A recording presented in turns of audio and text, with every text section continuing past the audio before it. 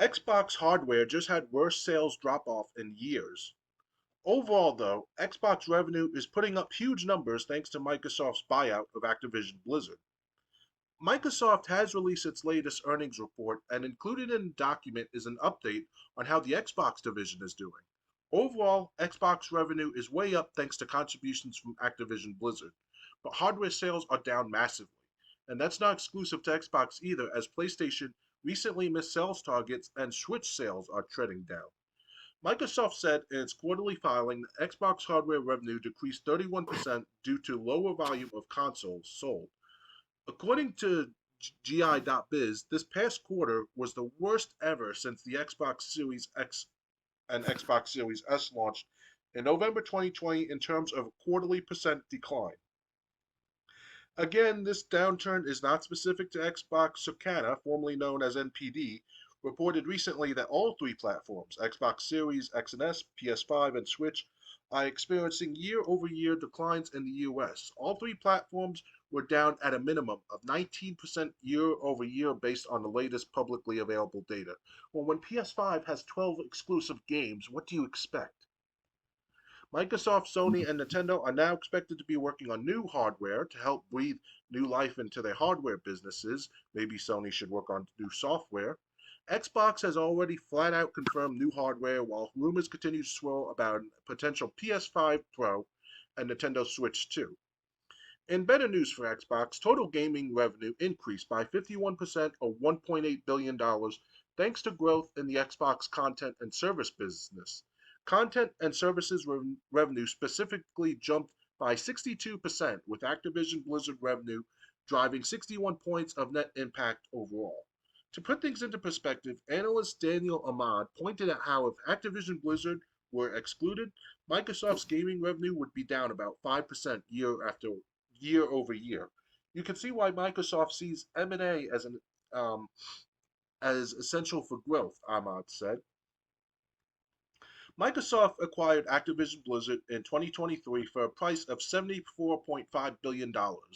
Not long after, Microsoft laid off nearly 2,000 people at Xbox. Microsoft Gaming CEO Phil Spencer defended the cut, saying Xbox is a business and his job is to increase profitability and shareholder value, even if that means laying people off. Looking ahead, Nintendo will release its latest earnings report on May 7th, while Sony is giving its own financial update on May 14th, so it won't be much longer until we learn how the Switch and PlayStation businesses are performing. As for Xbox, it will hold a summertime game showcase in June that could include the next Call of Duty games and more. So there are comments, so I'm gonna see those. CeeLo Green 84 goes, okay, so the PS5 isn't selling and neither is the Switch. So how is this Xbox is bad because of a slowdown in sales as well? GameSpot has a pure prejudice of everything Xbox, and it is showing because of their bias for everything Sony. GameSpot needs to get its crap together instead of pushing prejudices towards a console or a company that they just don't like or favor. Red Viper of Dawn goes, they do the same whenever they post about Harry Potter, J.K. Rowling, and they disable comments so no one can call them out on it. CeeLo Green responded, this is so full BS, it's not funny at all. Anything good that happens for Xbox, they refuse to report on, but anything that could be bad, even if it cannot be confirmed, they rush to report on. Personally, I think it's about time for Microsoft to start suing these sites and people for false rumors about the company and the brand. Simply because for every false rumor that cannot be confirmed does harm to the brand and sales of the console and games. So, what do you think of basically all three systems being down in terms of sales? Well, what's so funny about it is that PlayStation, Sony, and Nintendo Switch and all they seem to come out with their sales soon or their overall summary of the sales without an Xbox, and it's the truth. So yes, even though GameSpot it's like they're being prejudiced towards Microsoft to some degree, it's the truth though because they have been transparent about Microsoft's Xbox division in how many months, if not years. Ever since when the Xbox Series X and S came out, they didn't tell about their sales since 2020. So it's you know it's a given that people going to will talk about the it behind their backs or altogether in general speaking. So if you're going to it up, then nothing's going to be presented. Then people will assume things, and rumors will spread about that company or companies. Personally, myself, I haven't bought an Xbox One or an Xbox Series X and S in how many years now?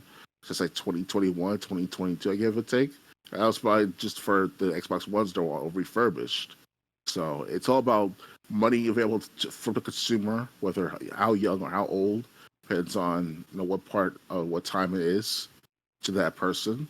Um, yeah, it's iffy now because the economy has been in shambles for quite some time now. 3 4 years ago, people had the money to buy things because of the stimulus checks and all that was given by the government. Now, so that Yeah, been but dried that up. was the beginning Yeah, of the downfall. yeah, it was dried up by 2022, and by then, months later, we saw everything increase when the $70 gaming games and all. So it's not looking good for the gaming companies altogether. Personally, myself, they have potential to sell as much copies as they want to, but they have to lower the prices down a little bit further over the next year or so. They want to see some good, good reflections. So Yeah, that's my well, opinion. prices have to go down across the board. This is not sustainable long term, um, the way prices are now.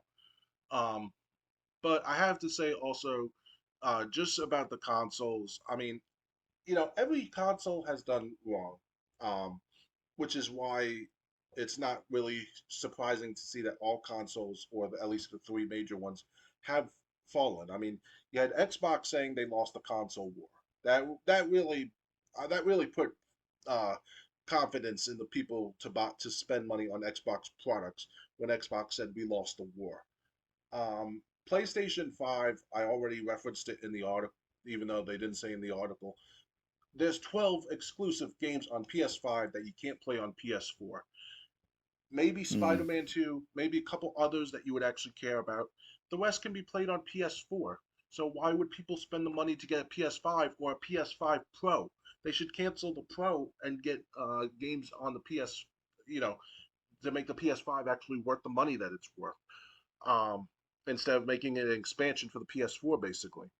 Uh, and then Nintendo Switch, like I said, while the Switch was doing great, I don't really see anyone buying it unless with the Switch 2 being rumored. So it's kind of like the only people who are going to buy the Switch now are people who were holding out, hoping to get it as cheap as possible. Hmm. So that's kind of why I see sales across the board for each console dropping. Yeah, I mean Xbox, a lot of they don't talk about it now, but when they said they lost the console war, that really did hurt them, at least in the short term. Um, PS5 is a waste. PS5 Pro is even a bigger waste. Um, And like I said, Switch was doing good, but with everyone anticipating Switch 2, no one's gonna, no one's gonna, uh, no one's gonna be focusing on the Switch basically because the Switch has been out for like 7 years, so it's had a good run. Um, but with everyone anticipating what's new, I don't really see Switch continuing to be as profitable as it was in past years. Unless I have another Black Friday sale where but like more than a Even hundred that, dollars because I off. mean, because I mean, how many Black Friday sales, how many games and stuff, I mean, can come out to revitalize the Switch? Um, that Yeah, how many games can come out to revitalize the Switch? How many Black Friday sales can you have? That's like putting a Band-Aid on a bullet wound. That Band-Aid's going to get soaked in blood and then not do its job at all. Um, it's not gonna bring interest back to the Switch unless they kill the rumor and say there is no Switch 2. But they don't want to do that because they're gonna obviously come out with it eventually. So Oh yeah. they're obviously not gonna do that. So it's yeah, I'm not surprised that the console sales for all three major consoles have been going down. And don't forget, digital games, I think, played a part in that. There are people who are refusing to buy digital games outright, and that's and if you don't have a game to play, you're not gonna get the console that it's for. Uh, so you're not gonna that I think that's another thing. People are hating how we're heading towards an all digital future. I see it too.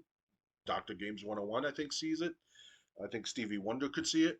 Um, but Tweedledee and Tweedledum could see it. But I digress. Um, the digital future again. There are people holding out. There are people saying, I don't want to go into this all digital future. Like I said, I'm going retro. I'm going backward instead of forward. Uh, and other people are just getting out of the hobby altogether, or they're just gonna do what I did, or they're just gonna grit their teeth and do it even though they don't want to. So I think those factors are what really hurt console sales across the board. But I will agree with that one person who said that this isn't just Xbox. Um, you know, PS5 and Switch also having their own console sale problems. So, anything else to add, or ready to move on? I just said wholeheartedly that it's inevitable, the Yep. all digital uh, future of gaming, especially with Xbox and PlayStation. They're going to be not hit hard the most, obviously, but they're going to be step up their game to make sure that they support quality in their product more than about quantity and conservation of that quantity as well. So.